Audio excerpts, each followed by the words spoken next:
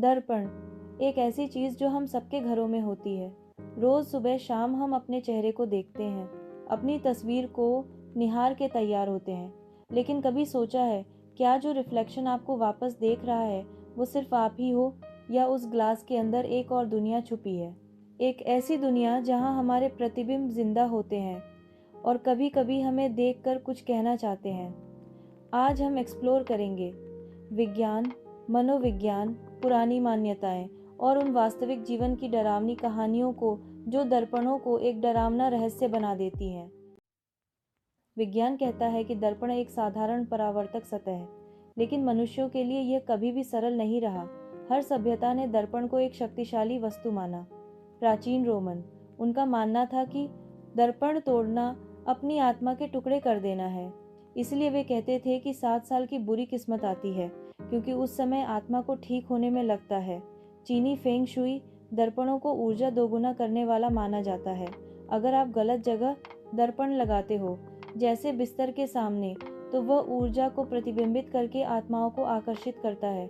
भारतीय मान्यताएं, घर के बड़े बुजुर्ग रात को दर्पण ढकने की सलाह देते थे, क्योंकि कहा जाता है कि सोते वक्त हमारी आत्मा शरीर से बाहर जाती है और दर्पण के माध्यम से पहुंच सकती है।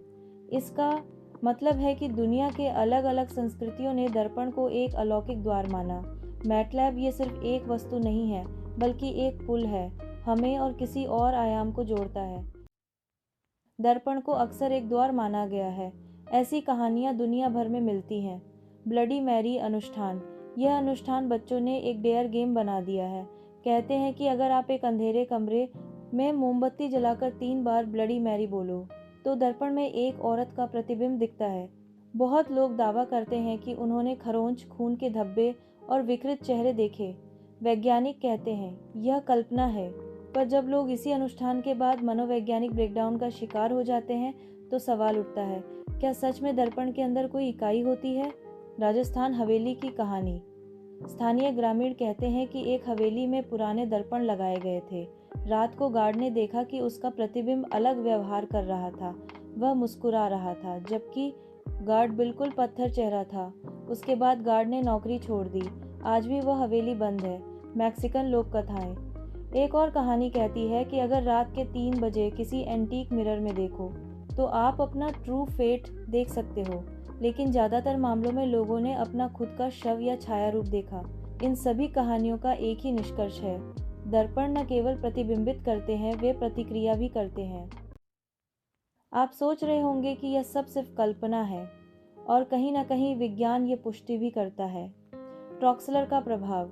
जब हम एक निश्चित बिंदु को लगातार देखते हैं, तो हमारा मस्तिष्क परिधीय विवरणों को अनदेखा करने लगता है।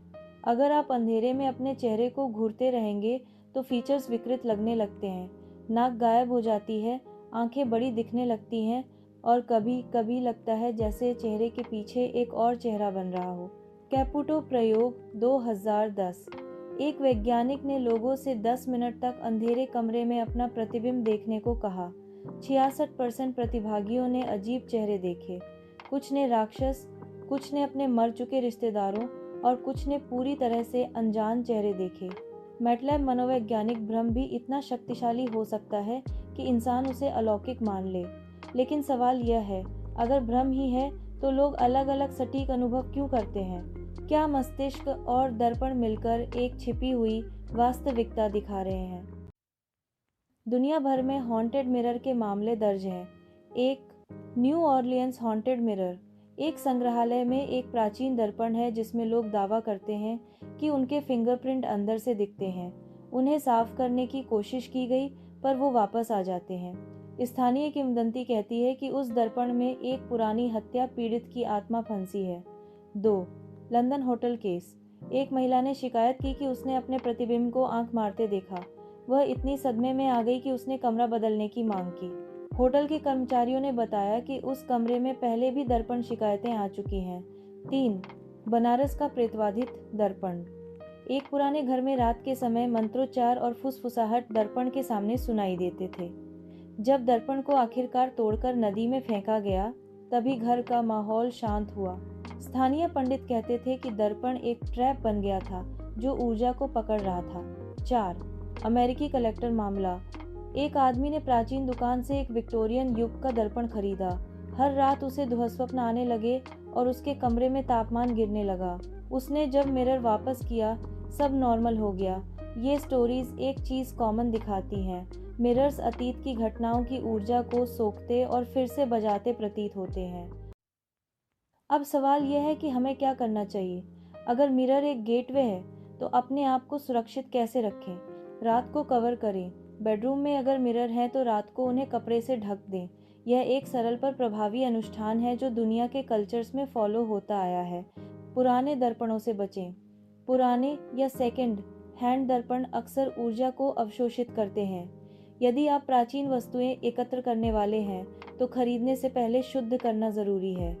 पैरानॉर्मल प्रयोगों से बचें। ब्लडी मैरी या ब्लैक मिरर स्क्राइबिंग जैसे अनुष्ठान कभी भी लापरवाही से न करें। आपका दिमाग और वातावरण दोनों ही आपको डिस्टर्ब कर सकते हैं। आध्यात्मिक सुरक्षा।